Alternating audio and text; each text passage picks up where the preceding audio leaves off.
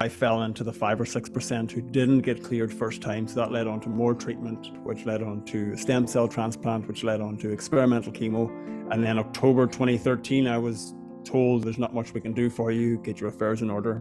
And around that stage, I started researching people who had taken their own journey into their own hands and started looking at what I was putting into my body, what I was putting into my mind.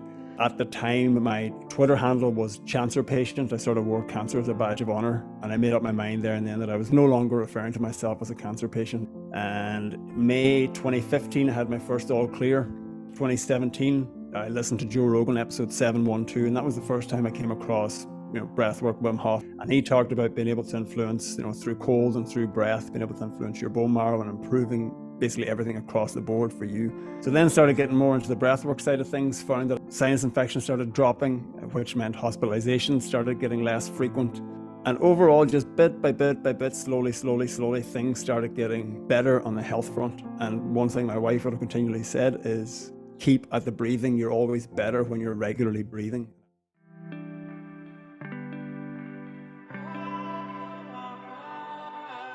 So today we have Shaun Douherty, who runs the 555 Club. Now, the concept of 555 is quite interesting because it's 5 minutes of meditation, 5 minutes of breath work, and 5 minutes of gratitude. He's going to be explaining what's the difference between meditation and breath work. And he's also going to be talking about his story and how he founded the 555 Club, because he's someone that actually had cancer. But again, this recurring theme that comes up, he was able to find light in the darkness through the cancer, and it's what led him to founding the 555 Club. So excited for today's show. With Shaun today, someone who I got introduced to on LinkedIn by actually a salesperson who is a client of his and a big advocate. And he's the founder of the 555 Club, which we're going to be digging into later.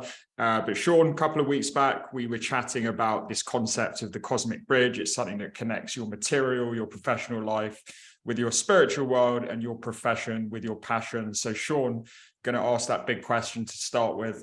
Tell us the story of your cosmic bridge.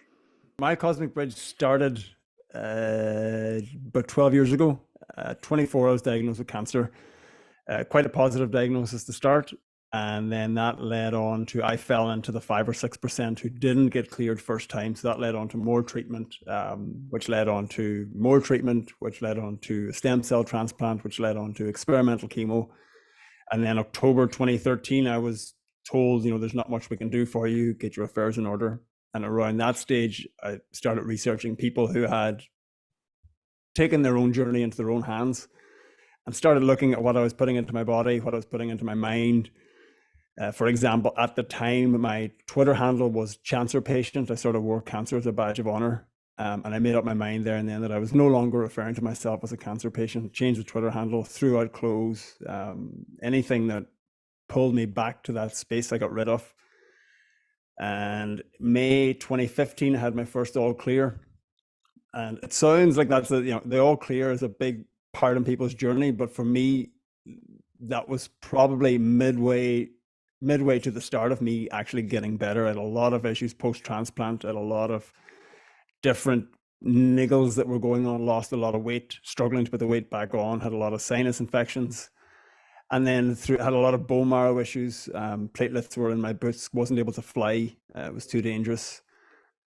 Random bruises popping up left, right, and center, low hemoglobin, no immune system. So I was on EPO, same EPO that the cyclists were on. I was on Neupogen to boost my immune system.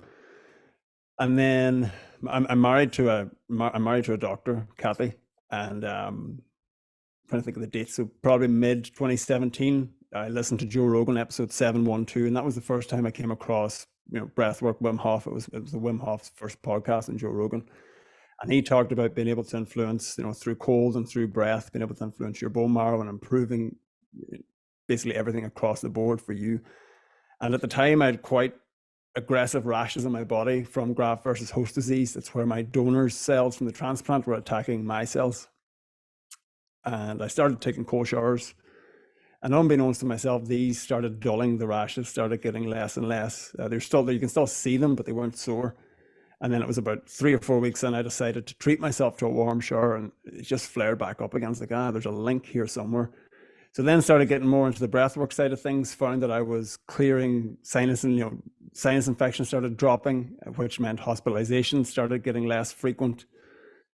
And overall, just bit by bit, slowly, things started getting better on the health front. And one thing my wife would have continually said is, keep at the breathing. You're always better when you're regularly breathing. And that would just be the daily Wim Hof practice. And then from there, I started getting curious and went down a rabbit hole of breathwork trainings of different, and then that led to meditation, and then that led to I've done hypnosis training and different things around the power of the mind, the body, what you're putting in.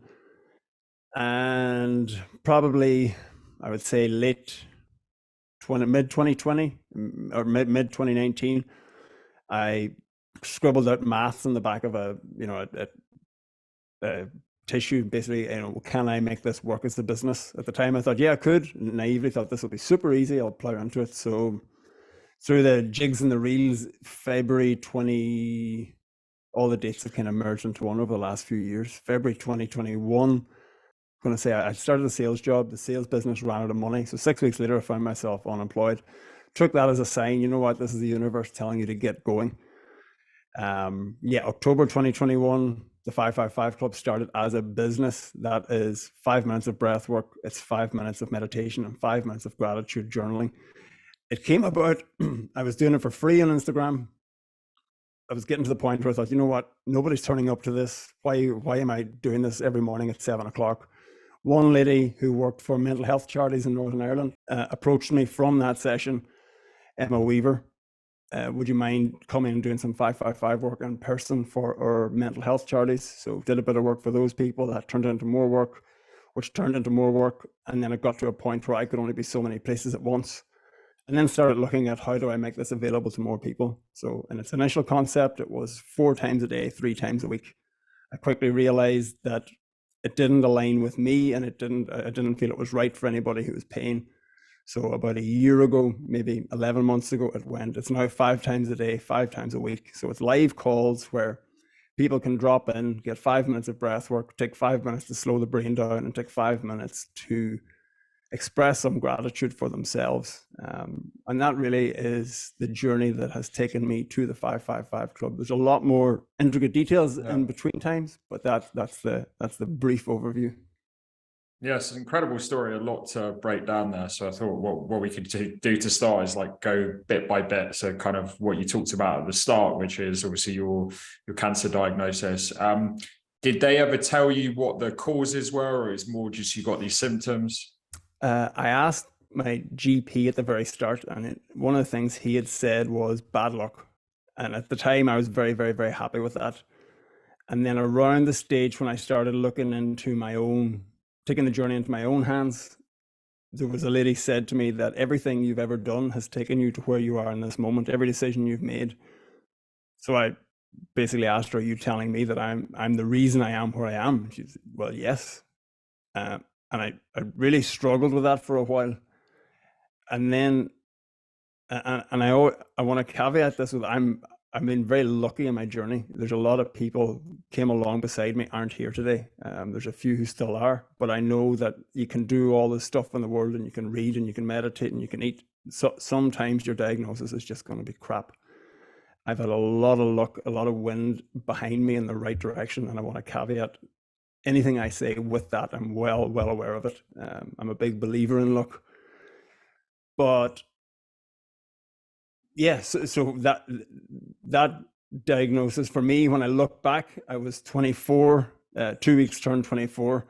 I was working a job that was quite stressful at the time. I was, as a reward for myself for the stressful job, I was drinking 3 sort of Friday, Saturday, Sunday, sometimes Thursday, Friday, Saturday, Sunday. Wasn't sleeping right, wasn't eating great, but at 24, just thought I was invincible. None of this stuff matters. Never thought that I was, that the effect of this would catch up the way it did. So I definitely put it down to, yes, I was predisposed to cancer, but then I didn't help it with my lifestyle, with my mindset, with my rest. Had I been green juicing, had I been eating whole foods, had I been turning up for myself, resting, looking after my body, applying myself and learning in areas where I was weak so I could get ahead of the challenges I was facing, would I have been where I would have been? Maybe not, but there's no way of saying for sure.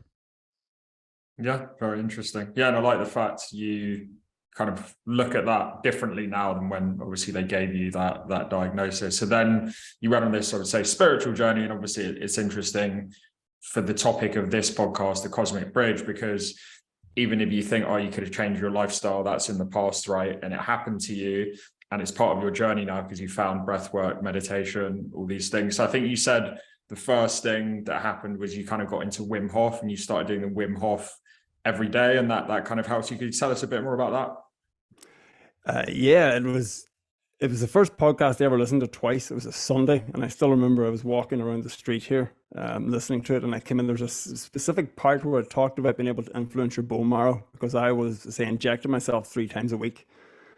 I was lined up for like a very specialist experimental second transplant in London. So we'd taken the boat over because I couldn't fly. We'd met these specialists, and this is what I'm going to touch about on the look. So my platelets at the time were 5, 6, 7, anything above 10 for me was exceptionally good. A normal human is anywhere from 150 to 450. So if I wore the wrong shoes, I'd have bruised feet. And 2 weeks before we were due to go over for the transplant, we had my donor, who's my sister, lined up. We had the Airbnbs booked. We had everything organized. I went for a routine blood check, and my platelets had moved from 7 to like 50. I was like, holy smokes, what has happened here? So I contacted the nurse in London just to say, I'm not sure if this changes anything, but my platelets are now 50. And she just said, this changes everything. If we got this result with the transplant, we'd be over the moon. So we're just going to hold everything. So everything got paused, and that's some of those bits of luck that I will talk about. But around that stage, I was starting to doing the daily breath work. I was starting to look at what I was putting into my body. I was living very, very cleanly. And the transplant was purely designed to try and improve quality of life rather than, I was still, moderately healthy aside from the injections I put in. And yeah, there was no one big step, did it? Like when I look back, there's no one day when I can say that was the changing point. It's been really, really slowly, and 2 or 3 steps forward, 1 or 2 steps back, which gets really frustrating, but it's part of the journey. And I do believe you have to go through that. Even now, there's 2 or 3 steps forward, 1 or 2 steps back, and that's how life is. And then you pick up the lessons, or maybe you pick up the lessons and then you go ahead. And if you don't pick up the lessons, you'll find yourself doing those 2 or 3 steps 2 times or 3 times or 4 times until you gather the lessons, and then you keep going. And that's what I've seen sort of consistently over the last 12 years. So with the 555 club, I know you do the 5 minutes breath work and then 5 minutes meditation. One of the things I wanted to ask about, so you mentioned like Wim Hof. I know some people listening will know him, some won't, but he does breath work and meditation are slightly different. But again, I think some people get confused between the two. So how would you define the difference between breath work and meditation? Very good question. Breath work for me encompasses anything where you're actively monitoring or changing your breath outside of the normal breath state. So the breath work that we do on the 555 club is super gentle, super easy. It's a connected breath, which purely means there's no pause at the top and no pause at the bottom. So where you normally slowly breathe in and breathe out and there's a natural pause, with this, we're looking to keep it on a loop. And it's about 4.5 minutes all in, given an introduction at the start. The idea behind that breath work is to help you get out of your thinking mind, to just drop into the body a little bit, to realize that we're here in this moment. For me, breath work is a more active practice where I'm not trying, I never try and achieve something with breath work. I'm just going into a session, whereas meditation for me is more a passive. Can I observe? Can I watch thoughts as they come and go? Can I notice when my concentration lapses? It's still, I suppose, it's like an active passive practice, but the meditation side of it for me is sitting and monitoring my thoughts, whereas the breath work is something that I am actively doing to change a state or to get somewhere in my body. Interesting. Yeah, I guess because I've dabbled in a bit of both, not as deeply as you, but I guess breath work almost makes you more awake in a sense, and I guess meditation makes you more relaxed. Would you say that's fair? Or depending on the breath work and depending on the meditation. You can down regulate the system with breath work as well. And it's if it, I have a couple of very gentle recordings for down regulating, for sleep, for focus, that I'm happy to send the link your way, and you can put it in the show notes for anyone listening. The meditate, I'm almost loath to call it a meditation for the 555 club because it's so simple, and it's over what we're trying to get to for myself as well is, can you notice when you're thinking? And that's if I can get people and myself to do that more often, because for me it's 3 o'clock in the morning and you're down a rabbit hole of thought, and you can just catch like, hold on a second, this isn't productive, I'm thinking. And then you can realize, oh yeah, that wasn't something I was consciously doing. It was just that rabbit mind down a rabbit hole going bup, bup, bup, bup, bup, bup, bup, bup. And it's very seldom a positive thought loop you go into. It's like your business starts off, the 555 club's okay, and 10 minutes later you're selling your house and you're divorced. Whereas if you can catch that thought and realize, you know what, this is just thinking and I'm not my thoughts, and I can sort of let them pass through. And the same with the people that are turning up regularly. It's, can you notice when you're finding that overwhelm building throughout the day? Like, what's happening? What's causing the overwhelm? Where are you feeling in your body? Can you drop back into this moment? Because this is the point when you can affect change. This is the point when you can rest. This is the point where you can take out the pen and paper and actually make a plan, rather than being caught in your head in a loop and then feeling you're productive, feeling you're busy, but in reality, you're just moderately spiraling out of control within 6 inches between your ears. And that sounds like a lot, but it's probably about 90 seconds to 2 minutes of the meditation, but it's just touched on. It's like, it's rather than one big sledgehammer to a massive stone, it's a very small hammer that we just tap every day and just keep tapping. And then that's the one thing that people have said over and over, is that they find themselves catching, okay, I'm in thought, and it's just that little, like a dab of meditation every day, just to reinforce that. So it's about breathwork, meditation. Obviously, the last bit of the 5 is the gratitude journaling. Could you tell us a little bit more about that and how that works? Yeah, for me, it was something that I started to experience. Like, I think everyone drops in and out, but you don't actively know it. And the first time I really, really, it hit me like a slap in the face was walking my dogs in the rain in October, and it was cold and it was wet. And about halfway around, it was like, this is so incredible. And like, I remember I took off my hat and opened my coat, and just like to feel the cold wet on my face is like, oh, like, wow. In a parallel universe somewhere, I'm dead and buried, but here I am experiencing this in this moment. And it was the most incredible feeling. And then over time started, gratitude is a big thing. You hear a lot of influencers and business influencers and everybody talking about it. And to be honest, the way it started at the very beginning, it was purely something to round out the 555 club. Like, I want something that's going to be 15 minutes, it's short, and it's going to impact people.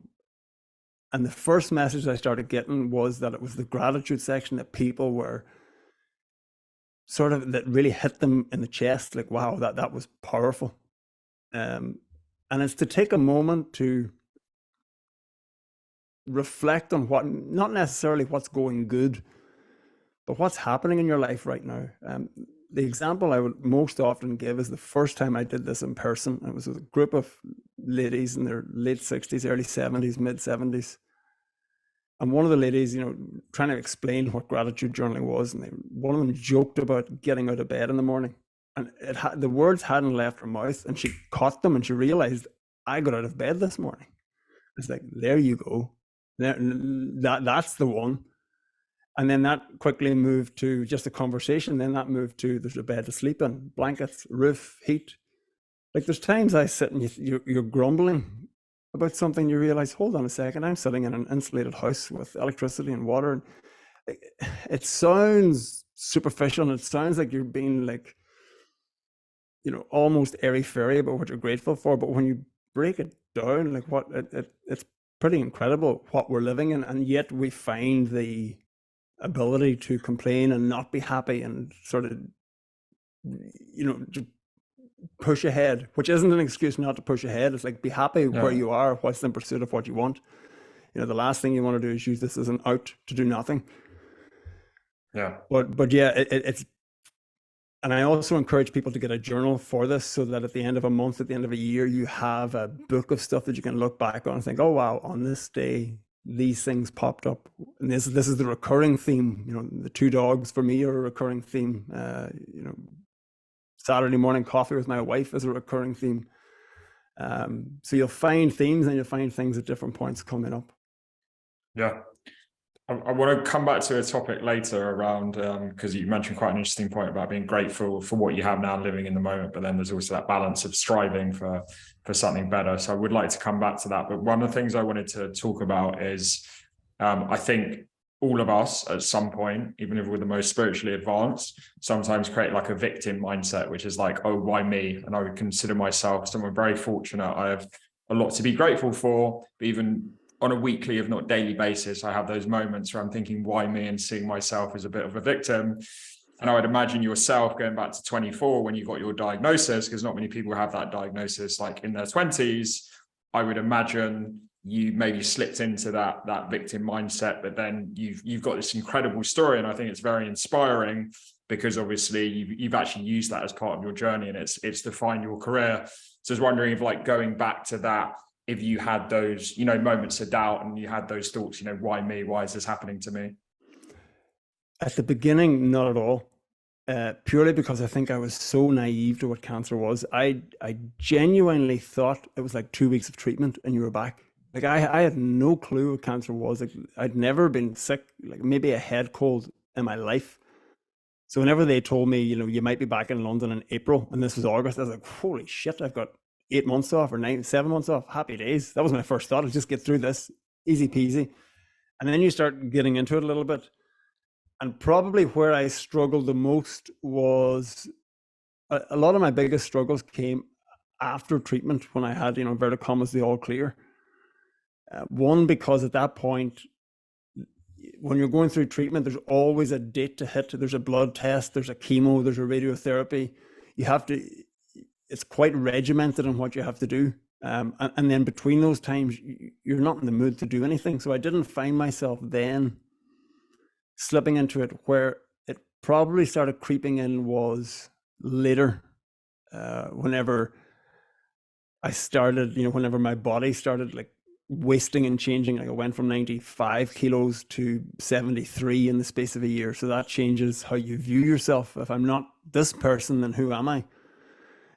Then watching friends move on with their career whilst you're still struggling to climb a flight of stairs, then watching your younger brother move ahead of you in his career. And there's times you find this, and then you hate yourself for doing it, but then it's also that, and like I remember, embarrassed to say it, but I remember seeing friends like after nights out, sweating and like exhausted, and I just think like, give me your body and let me see what's possible. Just give me your body, give me your energy, and that, take everything else away and I'll see what's possible. And that's what I have now. And that's what I keep coming back to. It's like, I have the energy now, and I'm blessed to have it. Like one of my goals for 2023 is to get a midday sleep, 20-30 minutes during the day, because I stopped doing that. And it's that energy that lets me do the things that I love doing. So it was more so probably years 3 to 6, because it was a long time from the all clear to actually getting back working routinely, getting back training regularly, not being in hospital every 2 or 3 weeks, then every 2 or 3 months, then every 6 months. And then if slowly but surely that gap starts getting bigger and bigger, and then you realize, oh wow, I see my consultant once a year now, and that's it. Which is very strange. And also, I'm very, very, very lucky. And out of walk recently, I met a nurse who looked after me, and he had his family, and it was beautiful, but strange. But the victim mentality for me probably slipped in later on rather than at the beginning. Amazing mindset. So going back to 555, so we kind of broken down all three parts of it now, and I really like having all these three things together because they're all interconnected, and I can see why this is very popular with people. So one of the things I saw on your website, and you talked about it earlier as well, is that you do this 5 times a day. So it's like, I guess, 15 minutes 5 times a day. Why do you think it's important to have it, keep doing that throughout the day?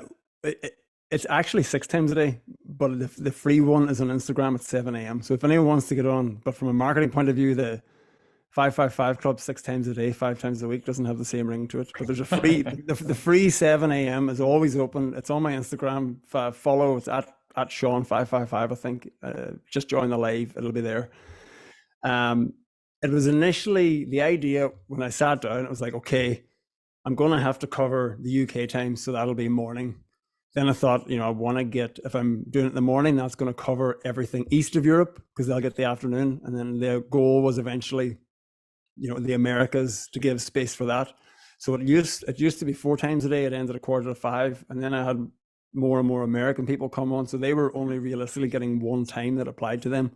So that's whenever the 5th one came in the evening, was to really open up that space for people in the Americas to have an extra time during their working day to drop in. Some business owners I've spoken to were like, but there'll be no work done if they're on this 5 times. It's like, no. It's like they don't have to be on every single call.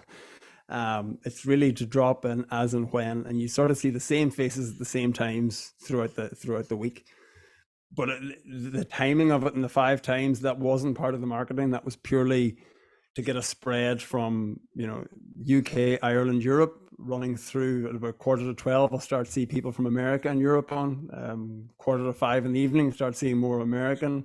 7:45, probably one of the quietest calls. It could be 2 or 3 Europe. It could be 1 or 2 from America. It was purely designed to make it accessible for people. Okay. Yeah, because I guess one of the reasons I asked that question, thinking about myself, is I've done, meditation, breath work in the morning. You can feel very relaxed, and then something can happen. It can totally throw you off guard. So imagine in those situations, right, you can come back into doing something like 555, and that brings you back to the state you were in, earlier in the day. Yeah, and that is something that I, advocated for. If it's either set your day up, if the morning's gone terribly, drop in, see if you can reset, leave it behind you, and then start again. Same with, there's one guy, and if I see him in the evening, I know his day's been a mess because he's usually on the morning. And if he's on the evening, it's just like close it out. And the last call of the day for the gratitude as well, I'll always implement, can you put down a few wins from your day? Because it's so important to record what went well during your day, because it's so easy to just forget about it. And we have a bias towards the negative. So you're going to focus on all the stuff you didn't do right during the day and the stuff you didn't get done. But when you sit with a pen and paper and give yourself 2 or 3 minutes to reflect on the wins, you'll be amazed what goes down there. And that's also really powerful. So if you can get some gratitude in the morning, some wins in the evening. I appreciate it's easier for me because I'm running these calls. But that would be something I would highly recommend, is if you can get a few wins down, even at the end of your workday, 4:45, before you leave the desk, 2 or 3 wins. Yeah, 100%. So I wanted to come back to that question from earlier, which you were kind of getting into, which is, gratitude is obviously amazing, very powerful to just make ourselves feel calmer on a day-to-day. But then there's always that balance of being grateful for what we have, and also, striving towards goals and a better future, etc. So how do you find that balance yourself? I'm going to reference across, I'm trained in hypnotherapy as well, and this was something came up was through the, and this comes up in through sort of the background of Sandler sales training as well, is that you're always a 10. As a person, you're a 10. You might be a 3 as a salesperson today, but when you take off that salesperson outfit, you're a 10. So there's this misconception that, well, if I'm a 10, if I lie on the sofa, I'm a 10, so it doesn't matter. Why would I push on if I'm always good enough, if I'm always enough as a person? But the opposite's actually true. Whenever you fully and truly believe you're a 10 and believe you're enough, how are you going to treat yourself whenever you know that you are a 10 out of a 10? What foods are you going to put into your body? How are you going to turn up at work? How are you going to turn up for yourself? Because if you're putting in McDonald's every single day, if you're doing, drinking 6 nights a week, that's not treating yourself like a 10. you're hiding something, you're masking something. So whenever you get down to the base and realize that you're enough exactly as you are, that's whenever you then know you actually push further, you go a little bit more, you do more, because then you start seeing, I'm a 10 now, so how would I act? How am I acting as a 10?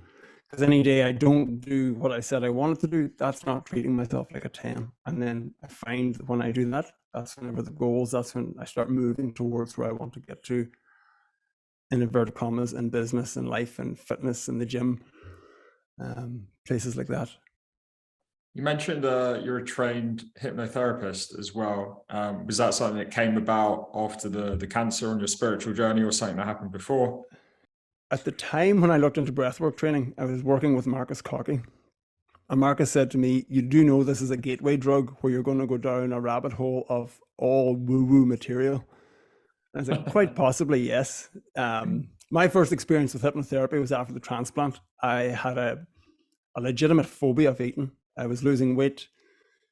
I actually said to my mom one time, I would rather have chronic diarrhea than eat that dinner. I just physically couldn't do it. And it was really like a scraping the bottom of the barrel. Let's try this hippie nonsense and see what happens. So we went, and a day and a half later, I was eating food. So I'd sort of parked that, not thought about it. And then through the breath work, I met a couple of hypnotherapists who took me on journeys that were quite powerful, exposed some stuff. I was like, oh, wow, okay, yeah, there's areas to work on. And then from that, I sort of made up my mind, I want to have this as part of even my own personal arsenal. So that came, to be honest, I graduated last July. I started training the year before that. I pretty much took up the entire, the maximum time I was allowed to train. I took the whole year. But really, really invaluable knowledge picked up over the course of that year and beyond. Like it's like anything, sales, business, that there's no limit. The more you learn that you don't know, basically. Yeah, of course. And how does that work? So say you had this phobia of eating, right? As you said, you would rather have diarrhea or eat diarrhea than food. When you went into a hypnotherapist, how did they deal with that? How did they deal with that phobia? With me, it was done on a different method than what I'm trained in. So at the time, it's actually just under 10 years ago now. So I can't fully remember, because I'm quite hypnotizable and that I go into hypnotic state very easily. So I don't actually remember much of what happened at that time. I remember coming out of it and she's like, yeah, that's the session over. And I thought it was about 5 minutes, and I was in about 75, 80 minutes. And I was like, okay. Wow. But sort of the way, what I'm trained in is regression work, transformational. So if you come with fear of flying, fear of driving, confidence, the view is that, the two things you're born with is a fear of falling and a fear of loud noises. Everything outside of that has been conditioned into you, either through experiences or through how people communicate around you, and you're absorbing that, because from 0 to 7, you're just a tape recorder recording everything that moves, like if you tell a 6-year-old they're an idiot, they don't question it. They don't say, they don't go and logically work it up. They just accept, I'm an idiot. And then that plays forward then on a loop for the rest of their life. So the idea being under hypnosis, you regress back to 2, 3, 4, 5, generally 3 scenes, if needed 4, if needed 5, to why you believe these issues came about. You then reframe those and view them as, oh, okay, yeah, that's not actually me. That's situations that my subconscious interpreted means this. And then you build on a new program, which is basically the client's own words of how they want to be. So the first call will be, tell me all the positives. How will your life be without this problem? If it's driving, where are you driving? Who are you seeing? How do you feel? With fitness, with food. Describe to me your perfect morning. What are you doing in the morning? And you're reprogramming through repetition, through hypnosis, which is the 2 ways the mind learns: hypnosis and repetition, through a minimum 21 days, but really as long as necessary to reprogram those beliefs of what you have. And it's been pretty crazy seeing some of the results over the last 7-8 months from most sessions are 1 session. Wow, incredible. I wanted to talk about gratitude towards the end of this podcast, which is always a nice topic. So obviously you're going through this with a lot of your clients, that 5 minutes of gratitude. What are some of the things that you're grateful for right now as we start the new year in 2023? One of the things that has made my list repeatedly, it's 10 years now next week that I went for the transplant. And it's to be here experiencing this. And it sounds so trivial, but it really is. Like it's like there's this, I don't know if it's a gratitude or a feeling of like, whoa, holy shit. But it's like everything's been amplified at the moment. And this happens at different anniversaries, like August time it happens because that's when I was diagnosed. Christmas time I get it because just it's Christmas time, end of the year. But at the minute, it's very much a, holy shit, I'm here, I'm living, I'm breathing. And then I sort of slip into that, like I'm 36 this year. You think, oh, Jesus, my friends are, inverted commas, so far ahead of me. Like, look, none of that matters. It's like at 24, you thought you were old. You weren't. At 36, you think you're old. You're not. At 46, you're going to think you're old and you're going to look back on today and think, oh, you were so young. You didn't know what you were talking about. So I'm trying to bring the beginner's mindset to everything. I'm trying to realize that there's a long road ahead. I'm trying to do as many things as I can to make sure there's a long road ahead. And at the minute, just behind the camera, I have two King Charles that are actually snoring. I'm not sure if the mic can pick it up. So like they bring in an inordinate amount of happiness and frustration, but at the minute, happiness. Amazing. What about you? What about you? I'm going to put that back on you. Yeah, no, I like the reverse there. Grateful to be alive, to be breathing. Great. I always say, sometimes I pray and I say, I'm grateful for the clothes on my back, the roof over my head, the food I'm able to eat, because a lot of people don't have those things. So that's a very basic level. I'm grateful to do this podcast, interview, very interesting people like you on a weekly basis. Grateful for my family and friends and all the people that love me and I give love to. And I think all the rest of the stuff, like business and sports and all those things, I think those are just like nice to have things, not the essentials. I feel very fortunate to have a lot of essential things in my life that a lot of people are missing.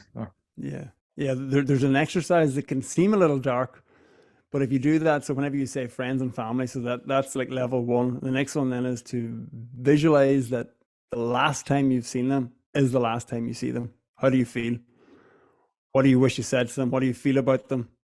And then just bring it back to the present again. So it's just that, like, wow, that's how I actually feel about that person. That's how I feel about that item, that thing, and apply it to anything. Like if if your Wi-Fi cut out and you never had it again, how would you feel about your Wi-Fi? Seems trivial, but you get pretty grateful for a whole lot of stuff very, very fast whenever you start applying that little mental model. Yeah, no, I love that. I had not heard that exercise before. I mean, thinking about there's two sides of it. One is, I guess, a material side. The other one is personal, spiritual side, which is related to this podcast. But on the personal side, yeah, definitely with my family, you'd be a lot more grateful to them than maybe you would in your ordinary day if you thought they weren't going to be around tomorrow. And then on the Wi-Fi side as well, I think, we're often, there is a lot of toxicity on the internet, but hey, if we didn't have the internet, like you and I wouldn't be able to be having this conversation and produce this podcast like we are at the moment. Yeah, exactly. And that, it comes down to anything. Like I don't do it so much anymore, but I used to give more prompts during the gratitude. It's like even if you didn't have that pen you're writing with, how would you feel about it? It's like, you'd just be like, damn it, where's my pen? It's like, but you have it, it's there. So yeah, but you can go as micro or as macro as you want with this stuff. And it's not a way, you can easily, again, slip into the rabbit hole of doing it all the time and not actually living. It's designed to amplify the living side of it, not to escape from the living side of it. To amplify the living side of it, not to escape from the living side of it. I like that a lot. We'll end on that note because I think that's a profound statement and very in line with the topic of the Cosmic Bridge. So, Shaun, we'll put your link to your Instagram and LinkedIn that I've got. Is there anywhere else you'd like to send the audience in the show notes? No, those two places are pretty good. The 555club.co.uk gives you a brief skim over. It's a super simple website. But at any of those places, you're going to find me. I'm on Twitter, but not very active. So yeah, no, though LinkedIn, Instagram are probably the two main. Okay, awesome. Love the conversation today, and I'm sure our audience will as well. Brilliant, Michael. Really appreciate the work. My main takeaway from the conversation with Shaun today was this piece of advice that he said: what would you do if you knew a family member was going to die tomorrow? Obviously, it's quite a dark thing, but you would be a lot nicer to that person and a lot more grateful to them, because we often think about that question, what would you do if you died tomorrow? But it's interesting to look at it from a different perspective. And that's certainly given me more gratitude for my day. So I hope it has for you as well. And if you want to spread the message of gratitude and love, please subscribe to the podcast across all podcast platforms on YouTube, and feel free to share it with your friends too.